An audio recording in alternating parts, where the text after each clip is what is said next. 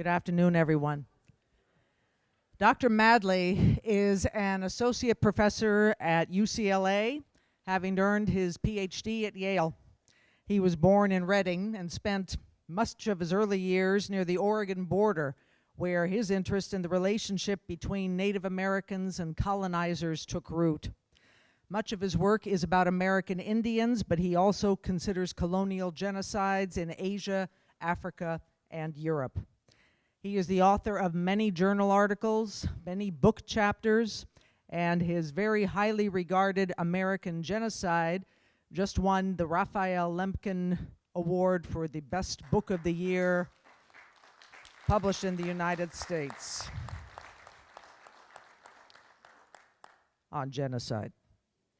Most recently, according to Governor Jerry Brown, Madley corrects the record with his gripping story of what really happened, the actual genocide of a vibrant civilization thousands of years in the making. We will hear about that today. Please welcome Professor Ben Madley.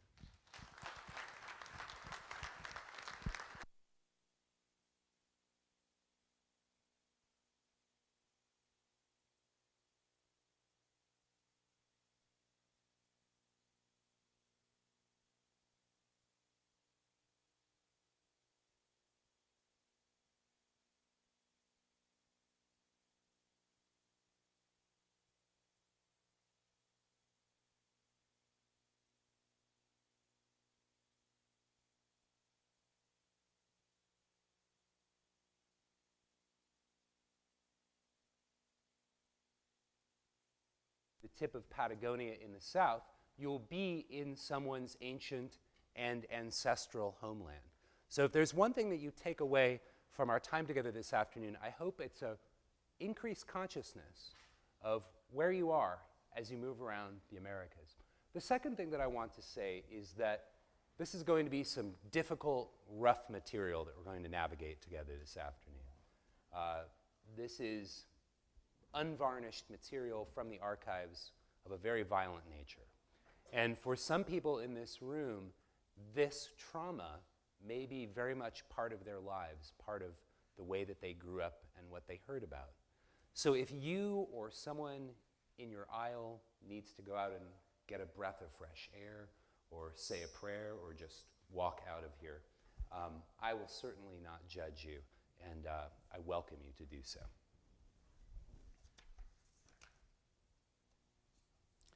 The ceremony continued until just before dawn. The dancers gathered and moved together around a central fire in ancient rhythms, the women's clamshell necklaces clicking softly against their beaded seashell dresses. Meanwhile, between the female celebrants stood male dancers, and they supported the women in their heavy regalia. The men were attired as deer, as hunters, as foxes. Periodically during the course of the ceremony, the dancers would pause. They would raise their voices heavenward, and they would recite the ancient incantations of Nidash, or the feather dance, giving thanks not only for the original creation of this beautiful world in which we live, but also for its continuous renewal in each and every moment. Finally, the hour grew late, the celebrants became tired, and they walked away from the central council fire, arm in arm, and they made their way into snug redwood houses, which they entered through round carved doors. And there, the Tolowa hosts of this gathering lay down next to kith and kin, cousins and visitors who had come from Yurok lands, from Kuruk territory, and from the homelands of other Northern California and Southwest Oregon peoples. And they went to sleep that night unaware that less than 7 miles to the south of them, a group of whites was planning to unleash yet another chapter in California's spreading campaigns of terror and genocide. Crescent City's Coast Rangers and Klamath Mounted Rangers had been well armed by the state of California. In the preceding months, the governor had signed off on shipments that traveled to them by steamer and sail ship from San Francisco up the coast, bearing crates filled with muskets, rifles, bayonets, pistols, and thousands of rounds of ammunition. Even as the Taloa and their guests were celebrating, 116 of these militiamen, accompanied by an unknown number of vigilantes, were quietly surrounding the village. They took up concealed positions in the brush, behind rocks, or hidden behind the brows of the sand dunes. And as the sun rose that morning over the redwood-clad hills to the east, they prepared. And as the first women and children and men emerged from those redwood houses to begin the day, they opened fire. "We shot them down," says one of the eyewitness participants in his memoirs, "just as fast as we could reload our weapons." Some of the people there that morning plunged into the waters of Lake Earl, which is a coastal lagoon near the shore of the Pacific, and they attempted to swim across that water to the redwoods on the opposite shore in search of safety. But the attackers had anticipated this route of escape, and they had placed their best sharpshooters on the opposite shore, so that as people tried to swim to safety, they were shot in the head and killed with .50 caliber rifle bullets. Finally, the screaming and the shooting came to an end. Several hundred California and Southern Oregon indigenous people lay dead and dying, while the attackers suffered not more than 3 wounds. The state of California later paid these militiamen for their so-called work. Between the years 1846 and 1873, California's Indian population plunged, as you can see here, from perhaps 150,000 individuals to not more than 30,000 survivors. Scholars have long known that disease, exposure, starvation, these factors all played an important role in this genocide. But what we now know is that direct acts of violence also played major roles in this catastrophe. This was, in fact, a case of what we would now call genocide. Genocide is an explosive, politically contentious term, and I use a very particular definition of genocide. That is the definition set forth in the 1948 Genocide Convention. How does the genocide law work? If you are a prosecutor in an international court of law and you are seeking to convict a defendant of the crime of genocide, you essentially must prove 2 things beyond any reasonable shadow of a doubt to the justice and to the jury in that court proceeding. First, as a prosecutor, you have to prove that the defendant evinced special intent. That's the first part of the definition. That is, intent to destroy, in whole or in part, a national, ethnical, racial, or religious group as such. But convincing the court of special intent alone is not sufficient to secure a conviction. The prosecutor must also convince them that the defendant committed at least one of the 5 genocidal crimes enumerated here against one of the specifically protected groups. Following the formulation of this new international legal treaty, scholars began to carefully reinvestigate the invasion and colonization of California under US rule. And by the turn of the 20th century, the turn of the 21st century, the millennium in which we live now, over 20 scholars had determined that what happened in California during these years did in fact meet the criteria to be described as genocide. So, why would someone like me spend 10 years of their life on a book proving what people have already argued? Why? Because until this book came out, there had been an ongoing debate about whether or not genocide really happened in California. And so what I wanted to do with this book was end that debate so that we could move forward and address other issues.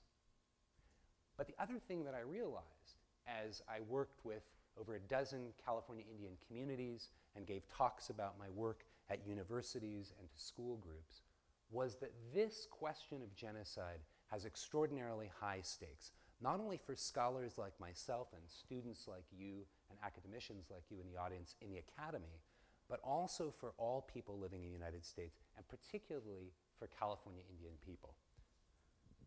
So, what does it mean for scholars? Well, if some groups of California Indian people, if not all of the Indians in California as a whole, were subject to deliberate attempts to destroy them during the state's foundation years, then scholars have to carefully re-examine some of the basic axioms with which we understand and interpret the making of California. Scholars could, for example, revisit the widespread assumption that it was the indirect effects of colonization, factors like epidemic mass disease, rather than the direct and deliberate effects of colonization, issues like institutionalized mass murder, that were the leading cause of indigenous population decline here in California. Once you begin to question that premise, then you have to think about the wider question of the hemispheric population catastrophe that took place across the Americas, the loss of perhaps 100 million indigenous individuals or more. Larger questions then follow. What tended to catalyze genocide in the Americas? What role might genocide have played in the making of the modern nation states of the Americas, Canada, Mexico, and all the rest? Why do we not know more about genocide here? And perhaps ultimately, for us in the United States, what role did democracy play in the making of a mass murder regime, and how might we need to think about that in the present? The genocide question is particularly urgent for California's approximately 150,000 individuals of California Indian ancestry. Should they press for government reparations, apologies, or control of the lands where genocidal events took place? Will tribes be able to marshal evidence of genocide in court cases involving municipal, county, state, or federal authorities? How should California Indian communities, nations, and individuals commemorate the victims of mass murder while at the same time emphasizing that they remain on the land? The psychological issues are also fraught. What happens when a tribal citizen learns that she is the descendant of both genocide perpetrators and genocide survivors? How might California Indian individuals reconcile their often intense patriotism with an increased knowledge of the role that the United States federal government, the Army, and the US Congress played in the attempt to annihilate their ancestors?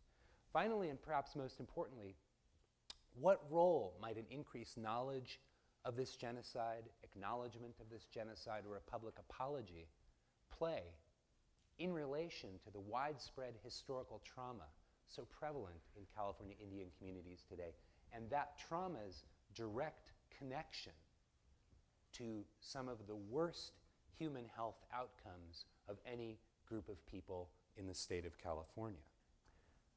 I would argue, too, that the question of genocide here in California poses explosive questions for everyone living in or wanting to understand the making of the modern United States. Should government officials tender public apologies, as did Presidents Ronald Reagan and George Herbert Walker Bush, for the forcible internment of some 120,000 Japanese Americans during the Second World War? People who, by the way, were mostly citizens of the state of California. Should federal officials offer compensation along the lines of the more than $1.6 billion in reparations that the United States Congress has now paid out to 86,000 of these Japanese Americans and their heirs? Might California officials decrease their cut of California Indian gaming communities, $7.6 billion a year in annual revenues, as a way of making restitution or reparation for the state's role as the primary architect of this genocide? A better understanding of the genocide that took place here in California might also shape the federal government's role with the 78 state-recognized California tribes that are currently seeking recognition by the US federal government. The question of commemoration then is closely linked. Will non-Indian people support or even tolerate the same kinds of state-mandated days of remembrance, monuments, and museums that today commemorate here in California, for example, the Holocaust or the Armenian genocide? Will genocides against California Indian people join these more canonical episodes of genocide in our public school curricula or in our wider public discourse? These questions are all extraordinarily important, but they can only be addressed in very limited ways without a comprehensive understanding of just what took place in California between 1846 and 1873. Sporadic mass killings of California Indian people punctuated the initial years of U.S. rule here in California. But it was James Marshall's 1848 gold strike in the hills just east of Sacramento that triggered the gold rush and a massive influx of newcomers to the state of California. One of the groups that first crossed state lines to arrive here in mine were miners from Oregon. And these men came south to take advantage of California's glittering possibilities, and they rarely had connections to colonial California's economy and social system, in which indigenous people were not only the backbone of the labor force for the colonial economy, but also were often the relatives and spouses of the colonists. In 1849, Oregonians' attacks on California Indian people increased in both frequency and lethality, particularly in the central mines, which you can see here. That's the middle mining area, where the mines were already booming. According to one 49er writing in his journal, Oregon people had been used to shooting Indians, and in California, they did shoot them freely. That April, another miner entered the epicenter of this local genocide, which was spreading like a bloodstain. He and others reported multiple homicides, beheadings of California Indian people, scalpings of California Indians, the shooting of surrendered California Indian warriors, and the mass killing of civilians. Now, we don't have full coverage of what was going on in the central mines at this period. There were not yet any newspapers being published in the gold mining regions. But by looking through letters and military reports and personal journals, it becomes clear that hundreds, if not thousands, of California Indian people died violent deaths in the central mines during late 1849 and early 1850. What was absolutely clear to contemporary observers was the genocidal nature of these killings, both in their intent and their impact.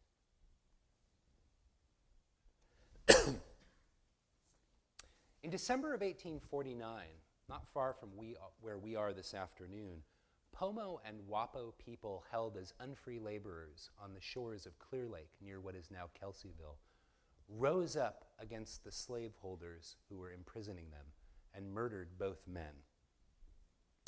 In the response to this double homicide of white male U.S. citizens, vigilantes and regular United States Army soldiers killed as many as 1,000 or more California Indian people in this particular zone that you see mapped here between Christmas Day of 1849 and May 15th of 1850. Vigilantes first murdered and massacred large numbers of California Indian farm, vineyard, and ranch workers in the Sonoma and Napa valleys.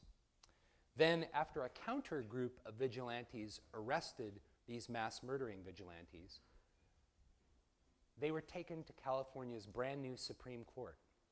And in the very first criminal case ever to come before California's Supreme Court, all 8 men were released on bail, and the court never sought to actually prosecute them. Meanwhile, the United States Army, from its headquarters in Benicia, planned a series of expeditions against California Indian people. In a San Francisco newspaper article titled "Horrible Slaughter of Indians," one journalist described a massacre conducted on the northern shores of Clear Lake by regular United States Army, cavalry, and artillery units. This journalist received the information for this report directly from a regular United States Army captain, and I quote, "Little or no resistance was encountered, and the work of butchery was of but short duration. Neither age nor sex were spared. It was the order of extermination fearfully obeyed. Perhaps 800 Pomo and Wapo people, mainly women and children, died that morning, shot, bayoneted, bludgeoned to death with oars, or held under the water to drown. Other killings followed, and the officers involved were not censured. In fact, all of them received promotions. Every officer involved in this killing campaign concluded their military career at least at the rank of general. So a new factor was at work.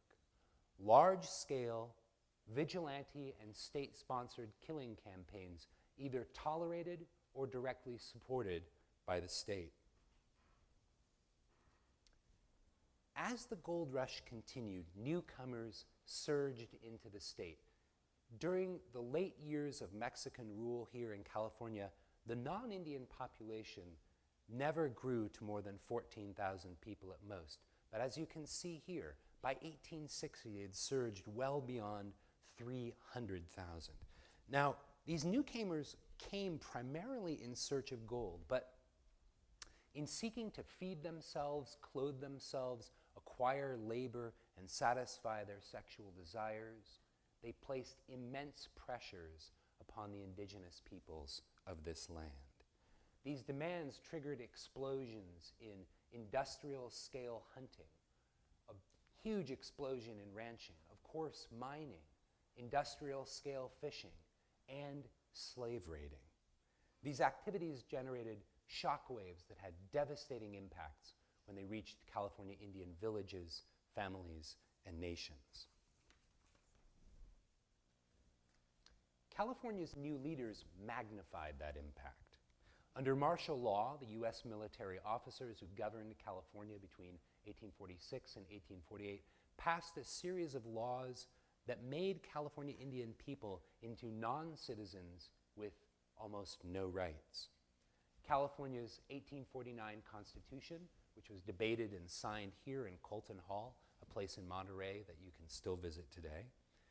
When they met, they decided to make it all but impossible for California Indians to vote. And a few months later, when the state's legislature met for the very first time, one of their first orders of business was to deny all Indian people from the right to serve as witnesses in criminal and civil trials, to deny Indian people the right to serve as jurors in trials. And later, they passed a law that banned California Indian people the right to become lawyers or judges. In combination, these laws largely shut Indian people out of participation in and protection by the state's emerging legal system. Abduction played a major role in the California Indian catastrophe. In early 1850, legislators also passed a crucial law known as the Act for the Government and Protection of Indians, which legalized white custody of Indian minors and Indian prisoner leasing, while allowing courts and juries to summarily reject Indian testimony or evidence in related court cases. So Indian people could thus be forced into unpaid work for unlimited terms of servitude on trumped-up charges. By 1860, continuing to face a demand for unfree Indian labor, legislators extended the 1850 Act to legalize the indenture of any Indian. And these laws predictably triggered a boom in genocidal slave raiding. So how did this work? Imagine for a moment that we are a California Indian community and the slave raiders suddenly burst in through those doors. The first step in the process would be to kill off all of the older men and all of the younger men who appeared threatening or who offered any resistance. Women who offered any resistance would then be summarily killed.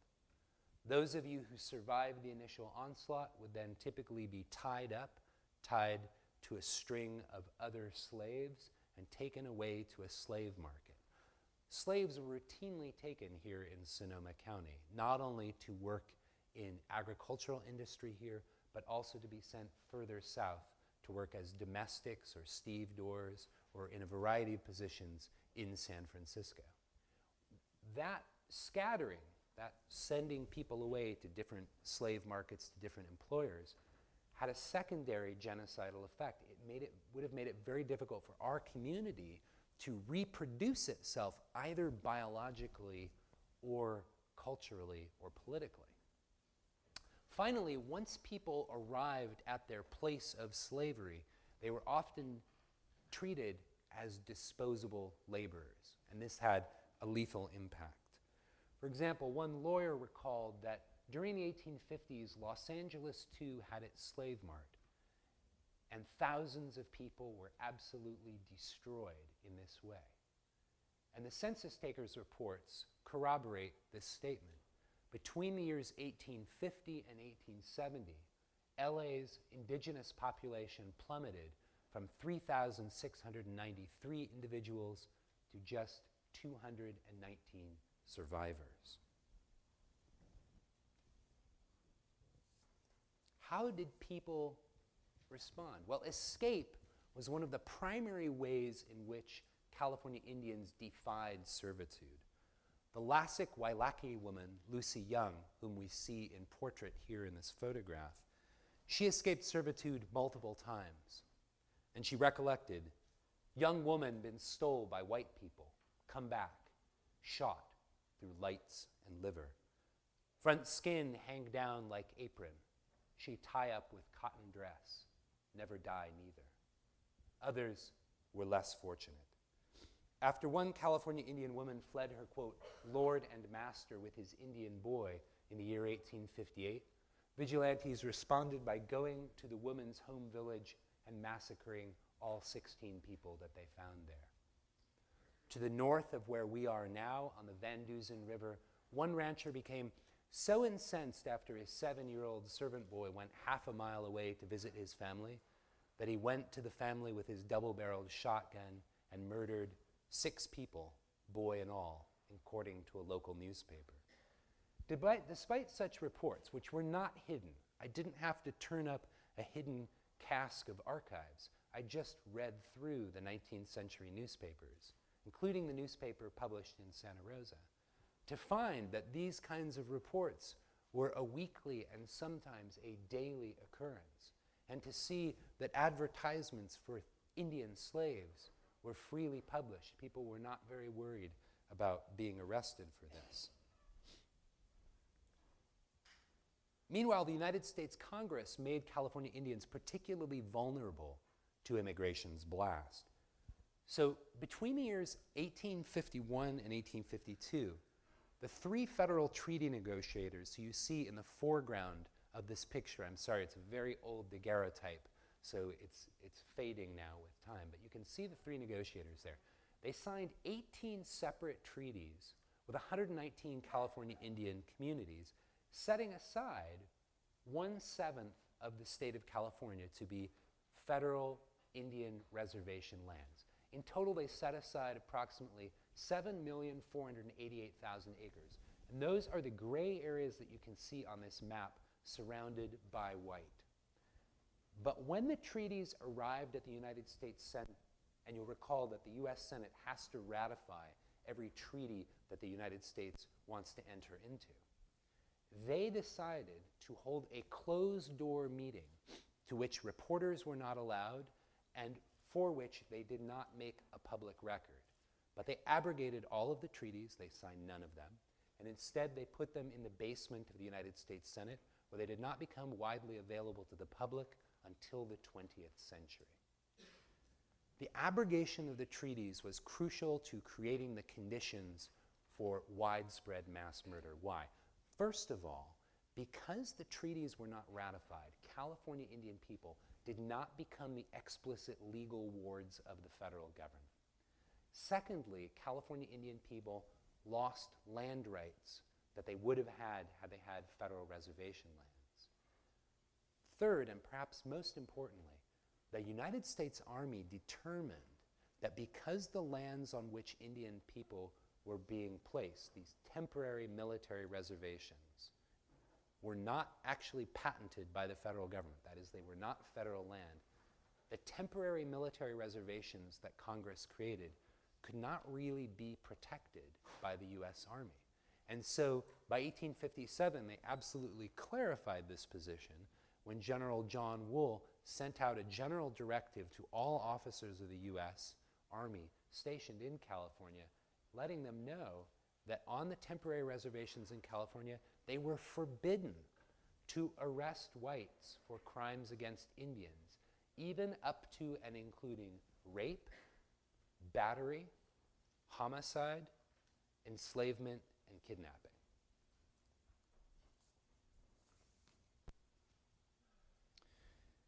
The establishment of California's new militia system then marked the rise of a state-sponsored killing machine. Between the years 1850 and 1861, 3,414 men voluntarily joined 24 volunteer state militia expeditions against the indigenous peoples of California. And they killed, by their own accounting, an absolute minimum of 1,342 to well over 3,000 individuals. But their impact transcended these numbers. Why? Because state militia operations constituted a widely publicized state endorsement of Indian killing. It let the public know that not only would the state not punish people for killing Indians, but that it would, in fact, richly remunerate them with pay. So vigilantes and those who wanted to kill Indians understood this, and the result was that between 1846 and 1873, vigilantes killed an absolute minimum of 6,400 California Indian people.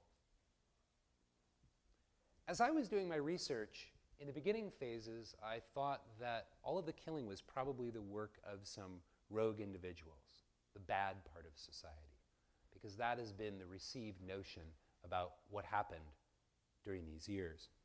But then I met this very charming individual.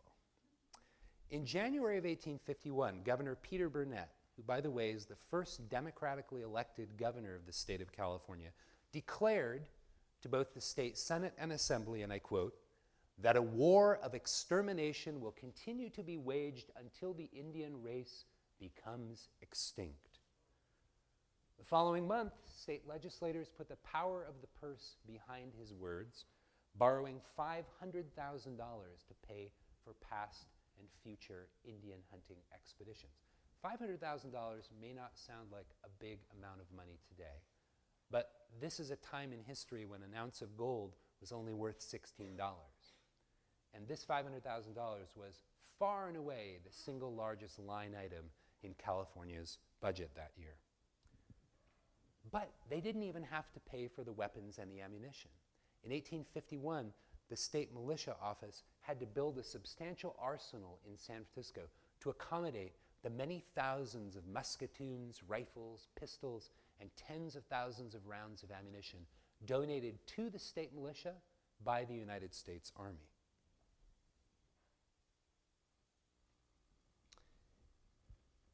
And genocidal intent was only thinly veiled. In 1852, California's U.S. Senator John Weller, who would become governor of this state in 1858, told his fellow U.S. senators on the Senate floor in Washington, D.C., and I quote, that California Indians will be exterminated. The interest of the white man demands their extermination.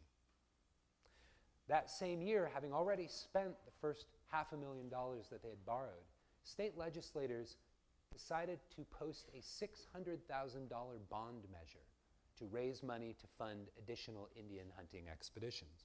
So we're looking at one of these bonds right here. You can see George Washington on the margin, and up at the top you can see a Haudenosaunee or Iroquois warrior. There's a couple of things that are interesting about these. Let me explain how they worked. You would have coupons. You could see the ragged edge at the bottom. The coupons have been detached by the bondholder. You would, if you were an investor, bring your bond to a financial institution. They would cut it off. In this case, it looks like with a knife. They didn't have a lot of scissors at that time. And you would get your guaranteed 7.5% interest payment. That's a very good investment, even by today's standards. And at the end, when all of the coupons had been clipped off and redeemed, the bondholder would redeem the bond for the value that they had originally invested. In this case, $250. So $250 is a huge amount of money in 1852. So this is probably one meant for an institutional investor, a bank like Wells Fargo, which didn't exist at that time in history. They were doing some shady things then too. But it also could have been bought by maybe an insurance company or a group of investors. But these bonds also came in much smaller denominations, as small as $50. And that meant then that a wide variety of people, including individuals, invested in and profited from the mass murder of California Indian people. The Sinkyone woman, Sally Bell, provides us with a rare eyewitness California Indian account of a massacre that she survived in the early 1850s, somewhere on the Redwood Coast. Bell remembered, and I quote, "About 10 o'clock in the morning, some white men came. They killed my grandfather, and my mother, and my father. I saw them do it. Then they killed my baby sister, just crawling around. I did not know what to do. They cut her heart out, and they threw it into the brush where I had run to hide. I was so scared, I guess I just hid there for a long, long time with my little sister's heart clutched in my hands." It was a terrifying time to be a California Indian person. The United States Congress endorsed such killings, even as state and federal officials worked hand in hand to perfect the killing machine. In 1854, the United States Congress allocated over $924,000 to reimburse the state of California for its past Indian hunting militia campaigns. The following year, this gentleman, State Quartermaster and Adjutant General William C. Kibbe, wrote and had published a tactical military manual of light infantry tactics that he then distributed to his officers. Meanwhile, Secretary of War Jefferson C. Davis, who would later become President of the Confederacy, sent Kibbe a crate of regular U.S. Army military manuals to be distributed to California militia officers that winter as Christmas presents.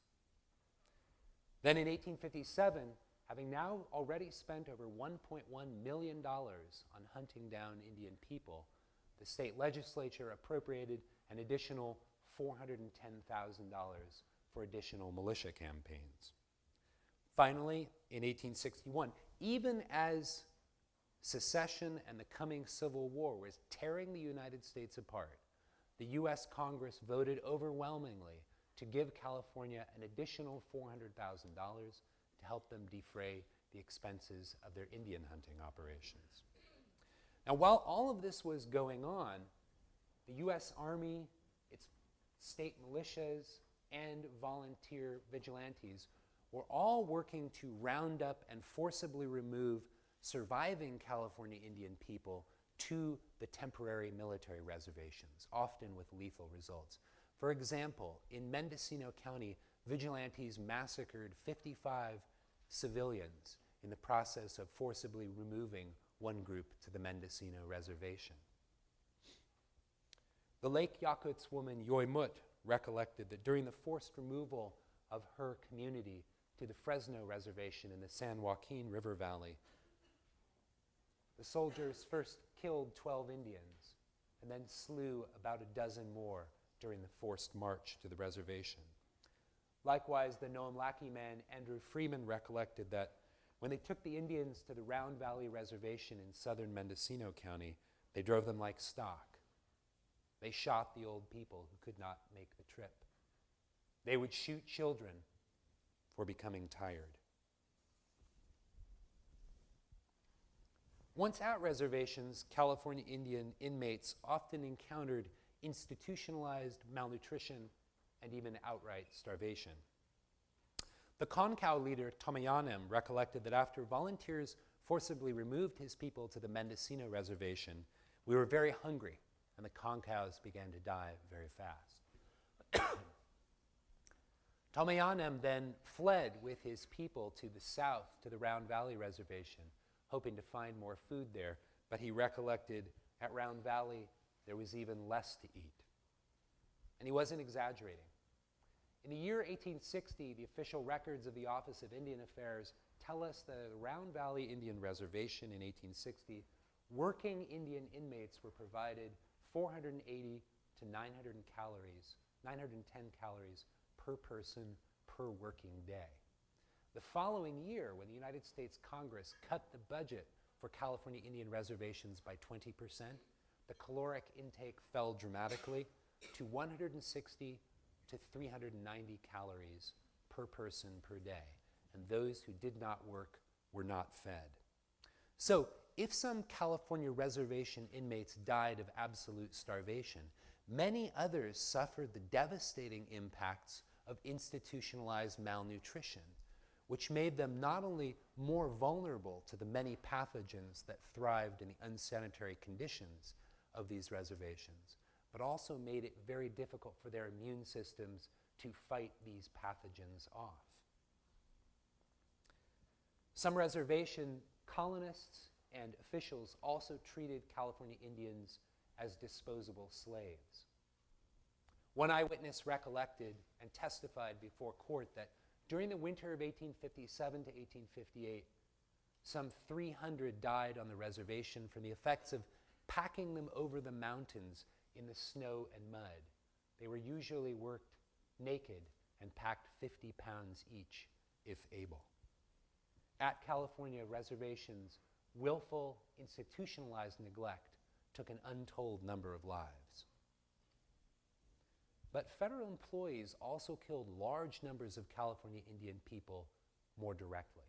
During the United States Civil War, 15,725 men voluntarily joined the Union Army here.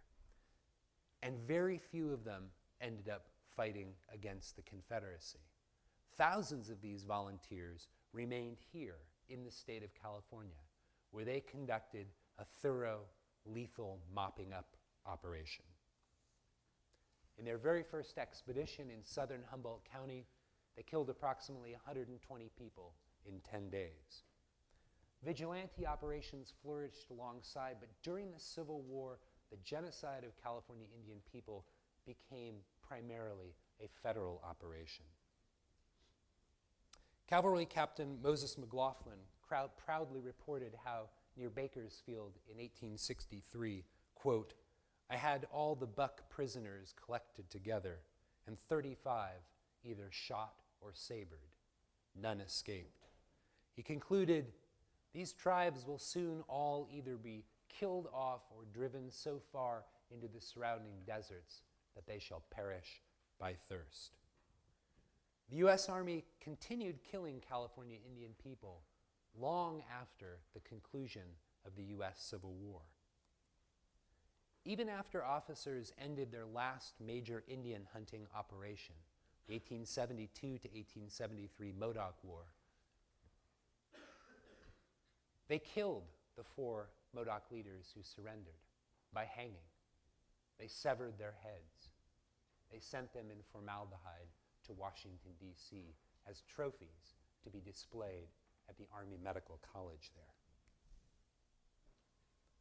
The California Indian catastrophe fits the 2-part legal definition set forth in the UN Genocide Convention. First, perpetrators demonstrated both in word and in deed intent to destroy in whole or in part. They also committed not one but all 5 of the genocidal crimes enumerated in the Genocide Convention. Killing, for example, took place in scores of homicides, dozens of state-sponsored executions, and over 370 separate massacres up and down the state. Sources indicate that in total, between 1846 and 1873, vigilantes, militiamen, and U.S. Army soldiers killed 9,492 to 16,094 California Indian people, and probably many, many more. By way of contrast, records indicate that California Indian people killed fewer than 1,509 Indians during this entire period of time. But other acts of genocide proliferated too. Many rapes and beatings occurred.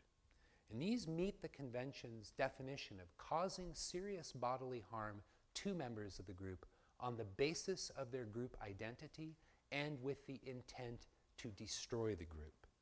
The sustained military and civilian policy of burning California Indian villages to the ground and then driving survivors into inhospitable desert and alpine regions also constituted imposing conditions of life intended to destroy the group. And in fact, primary sources tell us repeatedly of people dying of thirst, dying of famine, and dying of exposure in these situations. Some federal employees administering Indian reservations also seem to have been guilty of the same genocidal crime. Further, because malnutrition and exposure predictably lower fecundity while increasing the number of stillbirths and miscarriages, this system appears to have been intended to prevent births within the group.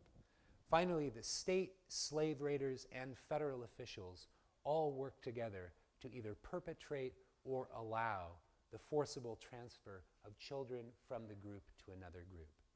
And studies indicate that 4,000 to 6,000 California Indian children suffered such forced transfers during these years. By breaking up families and shattering whole communities, forced removals also constituted imposing measures intended to prevent births within the group. Sufficient evidence thus exists to designate what happened in California during these years to be a case of genocide. Thank you.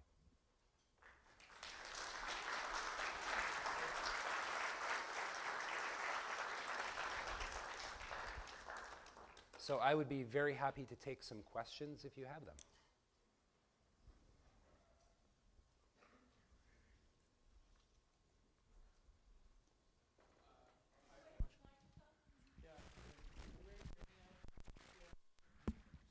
Hello.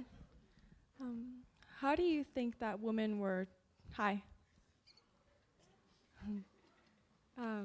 do you think that women were treated differently if they were Native American women during this genocide?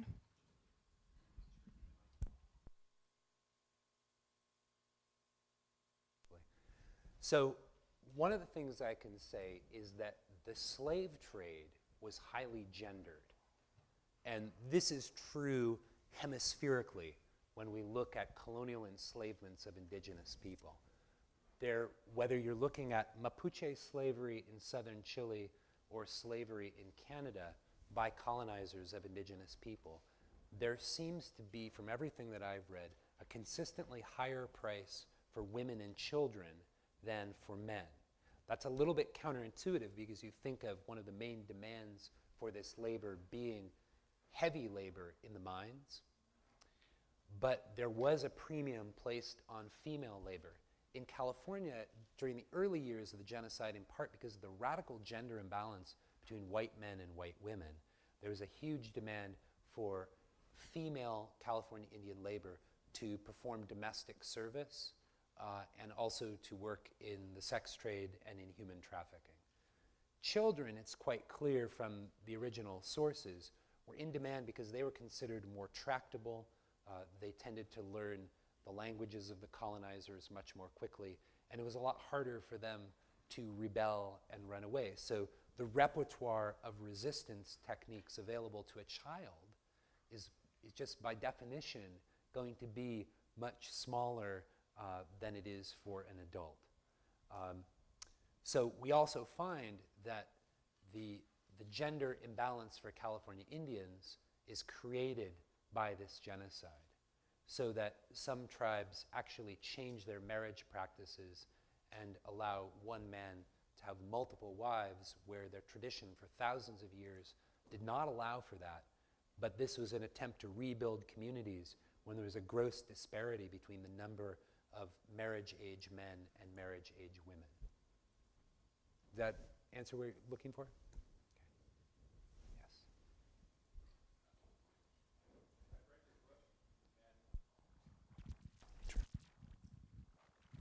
Read your book, and it seems like in your book you're like actually trying to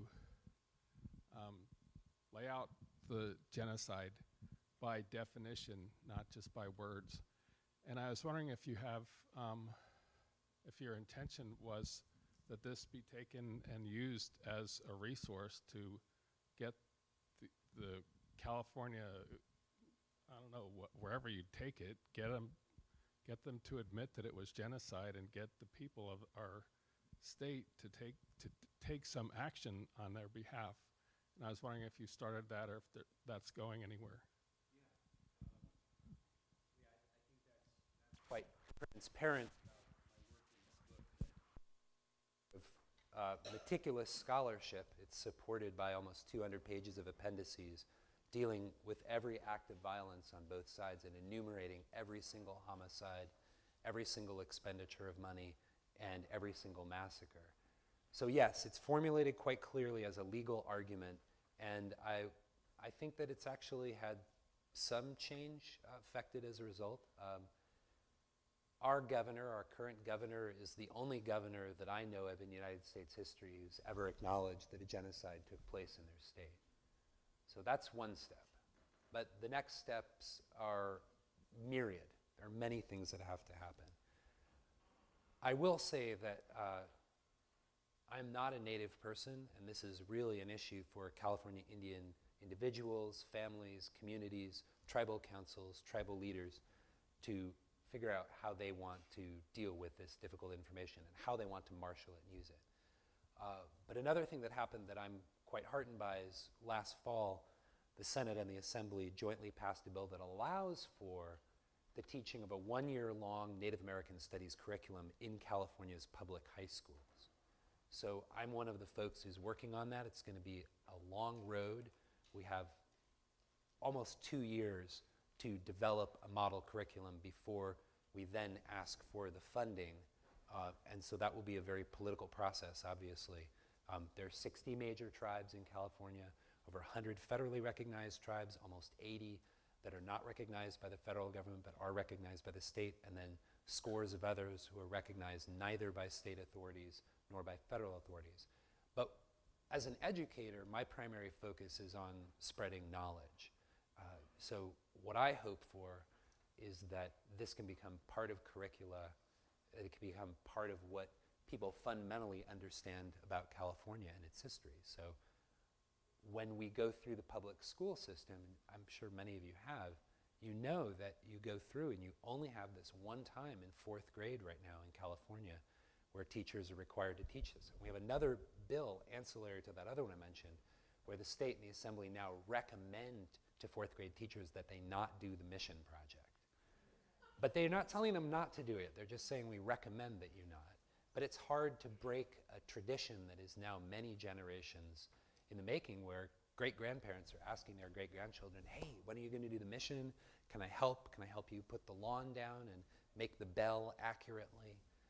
So when you think about California's history, as I do all the time, if you hold out your arm, just do this with me for a minute because you won't forget this if you do it.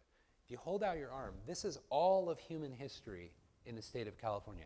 The only part that we are currently teaching in the public schools is the little white edge of your fingernail. That is it.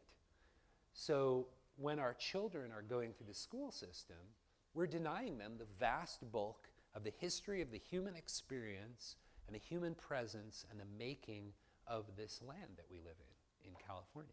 So to me, that's a terrible thing.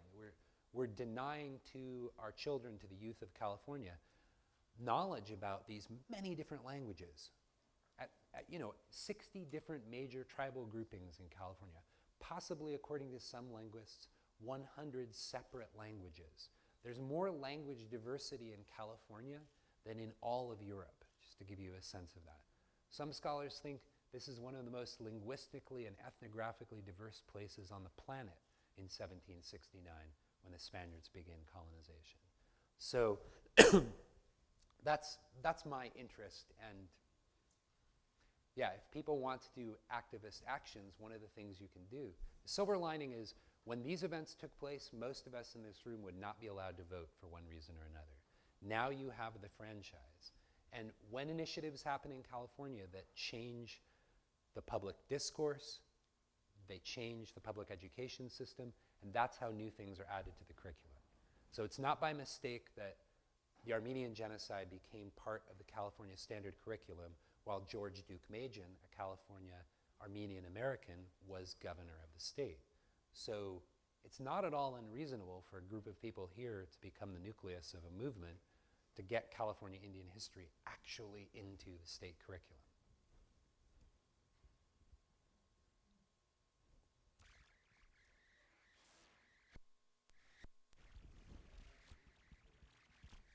Hello. There we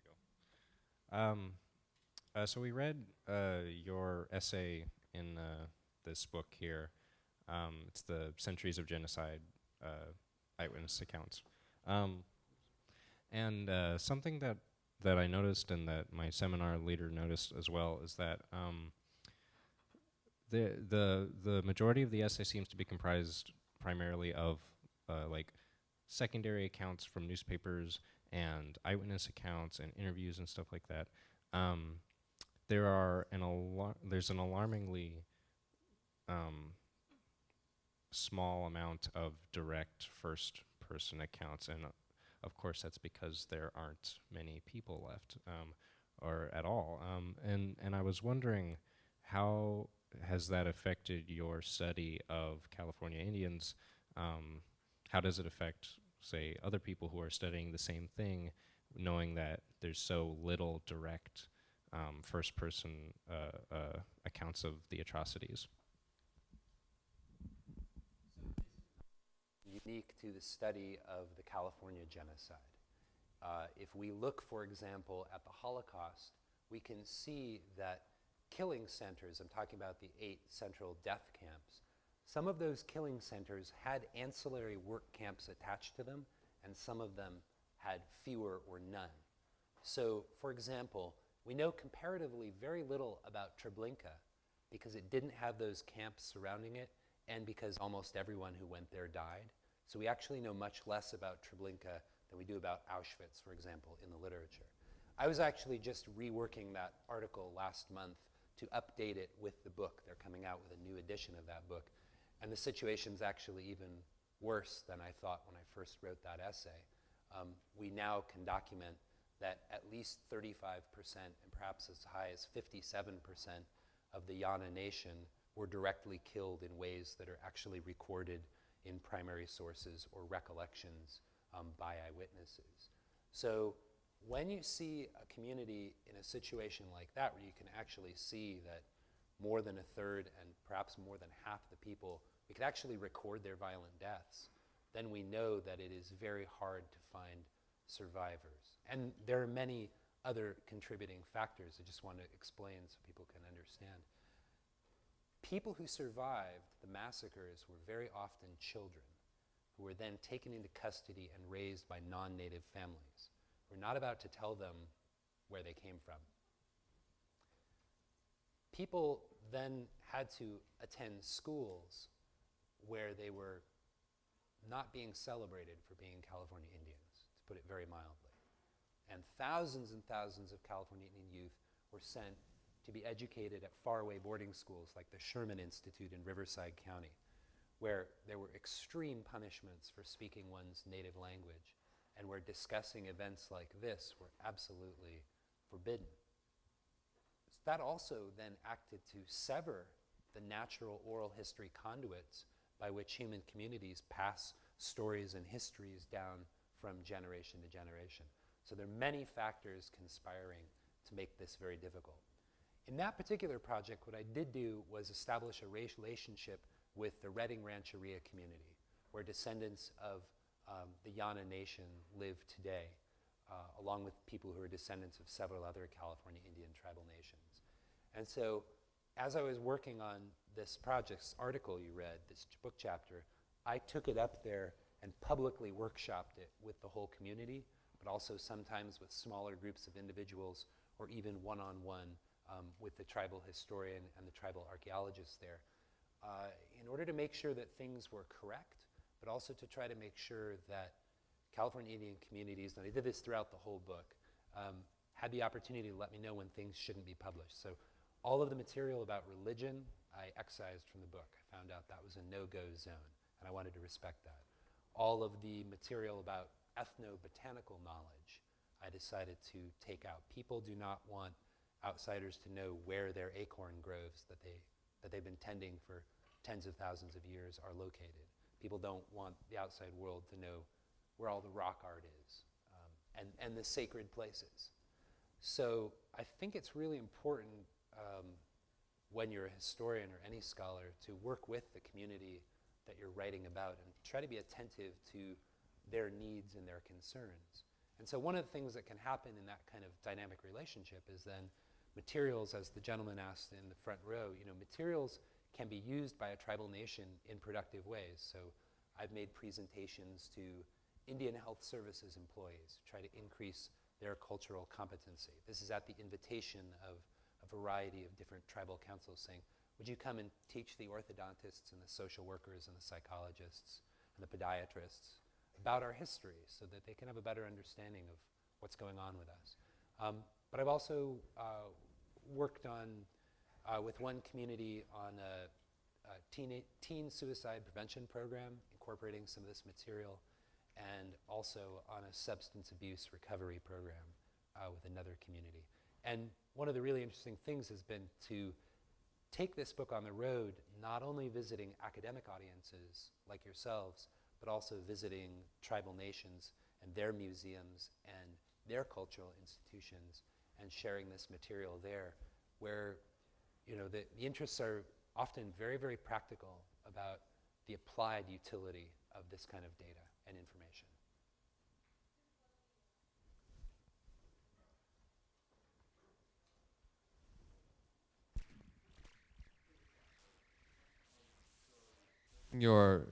My bad. During your lecture, you talked about the campaigns that the vigilantes in U.S. went on to kill Native peoples and all the funding they got. Did that happen solely in California, or did that happen all across the United States? In the book is the way that militias function in the United States, especially in the pre-Civil War era. So in that pre-Civil War period between the end of the Mexican-American War and the beginning of the war between the states, the US military is never bigger than 16,000 soldiers.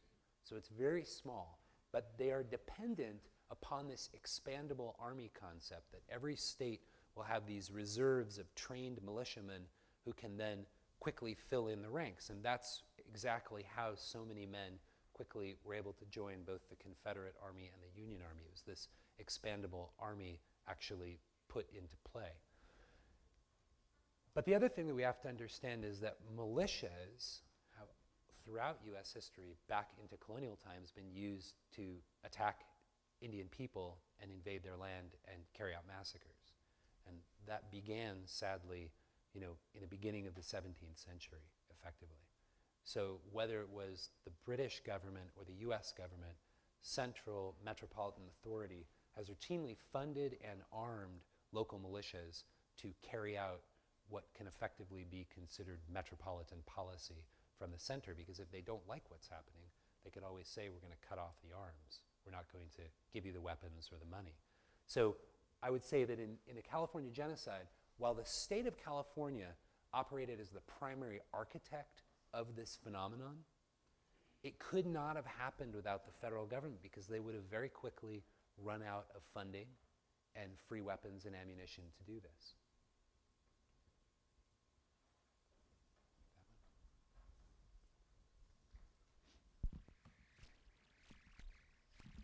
Just Just a quick question. You were referring to indigenous people as Native American, and so I was wondering if like that's like the correct way to refer to people, just because like what I've learned is that they're not actually Indian, but more so that you should not that you should, but more correct to say that they're indigenous people, native people. But I just wasn't sure. But I guess that's why I'm asking this question. But yeah. I had a particular decision point to make with that. This is contested, I think, as everybody knows in academia. Terminology is constantly changing and morphing. And I chose to use California Indian because that's the term that I heard most when I was talking to people, when I went to visit tribal nations. People frankly laughed at me when I used the term Native American, and sometimes they didn't really know what I was talking about when I used the term indigenous. So we have a certain set of terms that we use in the academy that are often very different from what American Indian communities are using. So for example, the national organ of the American Indian community is called Indian Country Today. Now, it's a good question, though, because I think I see with my students at UCLA that we're really moving away from American Indian and Native American and toward indigenous and native with a capital N. So I think that this might be something that I would actually change in response to what I see working in the American Indian Studies program at UCLA. There are even some students who would like to rename it Indigenous Studies or Native American Studies or just Native Studies. So this is part of, I think, attending to what's happening not just in the academy, but in the outside world as well.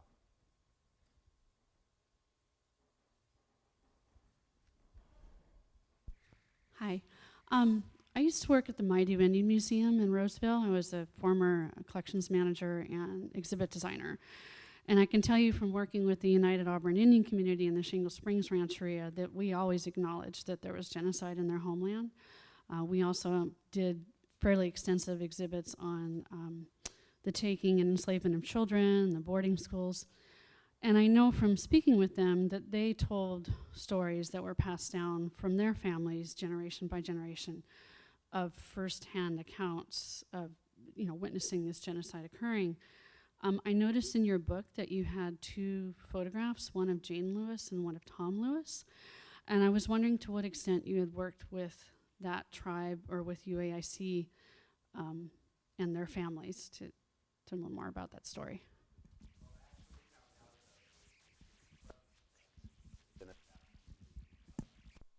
Conference on tribal historical trauma and healing up at a reservation in Oregon where I was.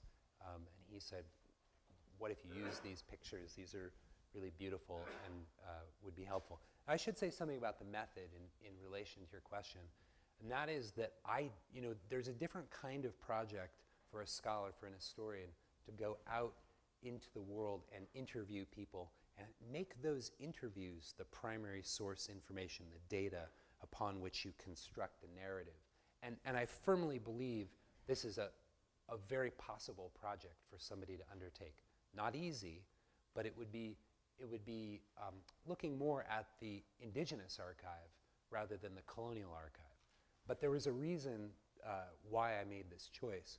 I felt that if you wanted to make the case for genocide very convincingly, it would be the admission by the perpetrators and evidence provided by bystanders rather than victim testimony or survivor testimony that would make the strongest case. And so I very consciously looked at sort of the path-breaking early work on Holocaust histories as a model, and I thought what had happened there was quite profound, that the emphasis had been on the Nazi archive more than anything else, because it was filled with genocidal statements of intent and evidence that was quite damning, self-incriminating evidence.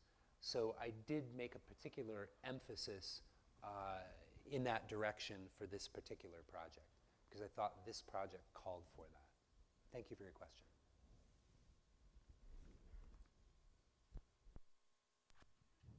Hi. So last year I heard your lecture and I was just blown away and just appreciated so much that knowledge. That may have been why I chose Lakota Women to share with my students to help them with social justice issues. So as far as that curriculum goes, there are curricular components out there which you could draw in. So maybe we could talk about that after. But I'm interested today in two areas of which you spoke, which is first, resistance. We've heard stories of Chief Joseph, Crazy Horse, and others, and that other one's at the tip of my brain. And I'm wondering about stories of resistance. I mean, in the Holocaust, we hear stories of partisans, and in particular, Warsaw being a hot point in terms of weakening the Nazis. I'm wondering about resistance of California Indians, either from the indigenous tribes or with people who stood up, upstanders. My second area that I want to ask about is about survival, the aftermath of 1872. What did the U.S. Senate come back with in terms of their offer of reservation land? You know, we all drive through California and we know about reservations in California and that they do have significant political power now. What percentage of California is now devoted to reservations, and what does that survival and aftermath look like? The story of resistance is hard to piece together. It's hard to find something quite like the Warsaw Ghetto Uprising. But we do see places where people stood and fought, and they quickly learned that standing and fighting against an attacking force of white vigilantes or US soldiers or militiamen was an absolutely losing proposition. Why? Because for the most part, they had weapons that had a short range. I've got a picture to show you, actually, to demonstrate this. Here's one of the only known eyewitness representations that we have of a massacre in progress. This happened either in Round Valley or Eden Valley, north of where we are now in southern Mendocino County. So what you can see here is the attackers have the advantage of the longer range weapons. That means that somebody shooting me from the back of the room could hit me with their rifle, but I couldn't hit them with my projectile. That made it a very asymmetrical battlefield, an asymmetrical massacre field. They also always used the element of surprise. This particular massacre, as you can see, took place under a full moon while everybody was asleep. Most commonly, the massacres that I described took place at dawn. They had an unwritten but very clear tactical doctrine. They would begin surround the village, as in the first massacre that we discussed in this talk. They would use their longest range weapons, and then they would close in and use their shorter range weapons. So rifles, then muskets, then shotguns and pistols, and finally sabers, cutlasses, bayonets, tomahawks, or just rocks, or throttling people, or holding them under the water and drowning them, or throwing them to burn alive on the fire. That made it very difficult for people to resist. But I think that there was also, as I describe in the book, a clear way in which indigenous people sought to protect themselves. And that was that whatever warriors there were in the village, or even boys, would go out and confront. And they would do everything that they could to buy time for women and children and elders to find some avenue of escape. Very often, the only real avenue of escape was to jump into a body of water and try to hide under the water or hope that the current would carry you away from this waking nightmare that was happening in your village.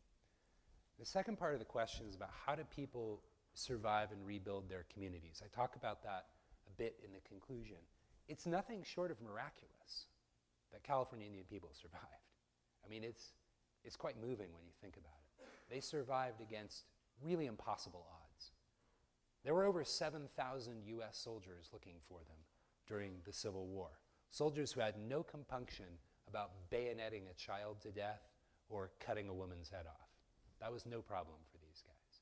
And so people lived sometimes naked and alone, hiding in hollow logs, eating roots, using all of the craft that they knew about their land and how to hide on it. And that resistance continued. When the boarding schools were established, especially Sherman, people had hidden places in their village or a hidden trapdoor in their house where children could hide. I mean, people tell me about these things all the time. And kids, little kids, preteens, walked hundreds of miles. There's a family that I know from Smith River Rancheria, which is a Tolowa community. 3 girls walked from Riverside County at the Sherman Institute all the way to Crescent City. That's almost the entire length of California. And I walked 700 miles of the Pacific Crest Trail when I was 18, and I found it very hard. And nobody was trying to kill me. Nobody's trying to rape me. Nobody was trying to enslave me. And I could stop at the mailbox and get my food drop that I'd sent to myself.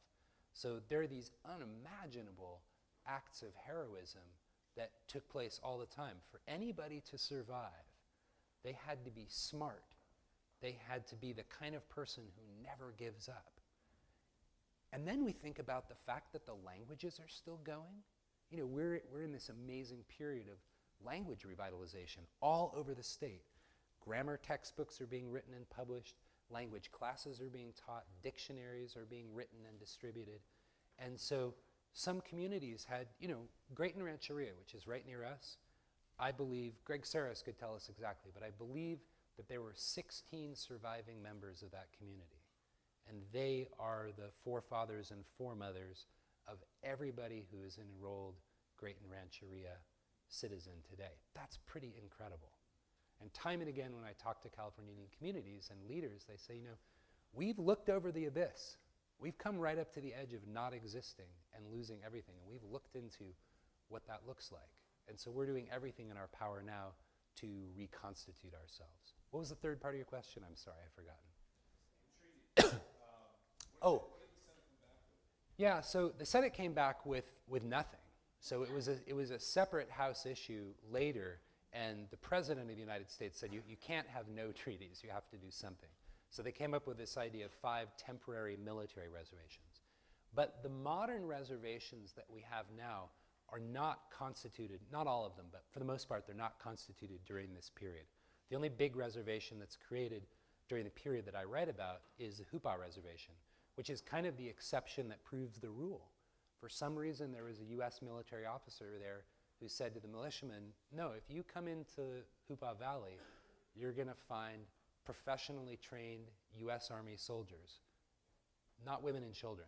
And we're going to stand between you and Hupa people and protect them. And he demanded a treaty, and he got it. And Congress funded that treaty, and so that reservation was established. But most of our California reservations are established after the period that I discuss in this book. The last thing you mentioned was upstanders.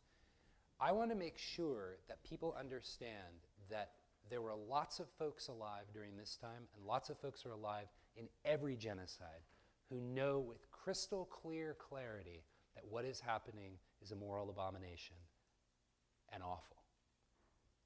There are people throughout the pages of my book who stand up, who risk everything. My favorite story about an upstander, I'll tell you very briefly.